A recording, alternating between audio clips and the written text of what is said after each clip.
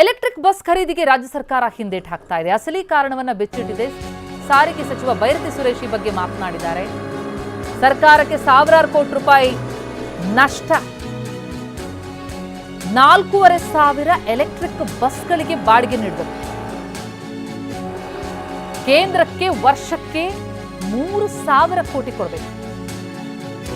ಆದರೆ ನಮಗೆ ವರ್ಷಕ್ಕೆ 2,000 ಕೋಟಿ ಮಾತ್ರ ಕಲೆಕ್ಷನ್ ಆಗೋದು ಅಂತ ಸಂಸದ ತೇಜಸ್ವಿ ಸೂರ್ಯ ಆರೋಪಕ್ಕೆ ಬೈರತಿ ತಿರುಗೇಟು ಕೊಡ್ತಾ ಇದ್ದಾರೆ. ಬಿಎಂಟಿಸಿ ಬಸ್ಗಳ ಕೊರತೆ ಬಗ್ಗೆ ಏನು ತೇಜಸ್ವಿ ಸೂರ್ಯ ಕಿಡಿಕಾರಿದ್ರು.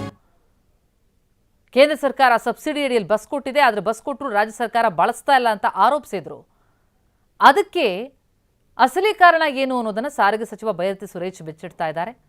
ಎಲೆಕ್ಟ್ರಿಕ್ ಬಸ್ ಖರೀದಿಗೆ ರಾಜ್ಯ ಸರ್ಕಾರ ಹಿಂದೇಟು ಹಾಕ್ತಾ ಇರೋದಕ್ಕೆ ಕಾರಣ ಏನು ಅಂತ ನೋಡ್ತಾ ಹೋದ್ರೆ ಸರ್ಕಾರಕ್ಕೆ ಸಾವಿರಾರು ಕೋಟಿ ರೂಪಾಯಿ ನಷ್ಟ ಅಂತಿದ್ದಾರೆ.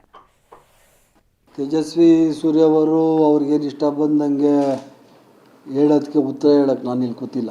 ಸರ್ಕಾರದ್ದು ನಮ್ಮದೇ ಆದ ಪಾಲಿಸೀಸ್ ಇರ್ತದೆ. ಒಂದು ಬಸ್ಸಿಗೆ 1,60,00,000 ರೂಪಾಯಿ ಆಗ್ತದೆ. ಬೇರೆಯವ್ರಿಗೆ ಕಾಂಟ್ರಾಕ್ಟ್ ಕೊಟ್ಟು ಮಾಡ್ತಾ ಇರೋದು. ಒಂದು ವರ್ಷಕ್ಕೆ 2,850 ಕೋಟಿ ಕಟ್ಟಬೇಕು. ನಾವು ಅದಕ್ಕೆ ನಾವು ಕಟ್ಟೋದು, ಕೇಂದ್ರ ಸರ್ಕಾರ ಅಲ್ಲ ಕೊಡೋದು.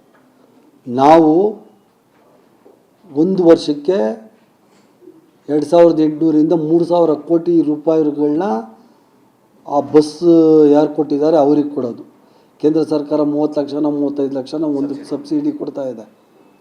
7 ವರ್ಷಕ್ಕೆ ಹೆಚ್ಚು ಕಡಿಮೆ 21,000 ಕೋಟಿ ನಾವು ಕಟ್ಟಬೇಕು ದುಡ್ಡು.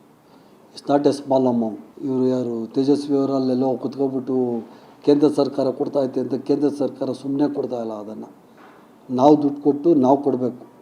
7 ವರ್ಷಕ್ಕೆ 21,000 ಕೋಟಿ ಕೊಡಬೇಕು. ಯೋಚನೆ ಮಾಡಿ, ಸಾಧಕ ಬಾಧಕ ನೋಡಬೇಕು, ಅದನ್ನು ಲಾಭ ನಷ್ಟ ನೋಡಬೇಕು. ಕೊಡ್ತದೆ ಅಂತ ತಗೊಬಿಟ್ಟು ಮತ್ತೆ ಓಡಿಲ್ಲ ಅಂದರೆ ಏನು ಮಾಡ್ತೀರಿ? ಅದನ್ನು ಓಡಲಿ ಬಿಡಲಿ ಇಷ್ಟು ದುಡ್ಡು ಕೊಡಬೇಕು ಅಂತ ರೂಲ್ಸ್ ಮಾಡಿದ್ದಾರೆ ಸೆಂಟ್ರಲ್ ಗೌರ್ಮೆಂಟು.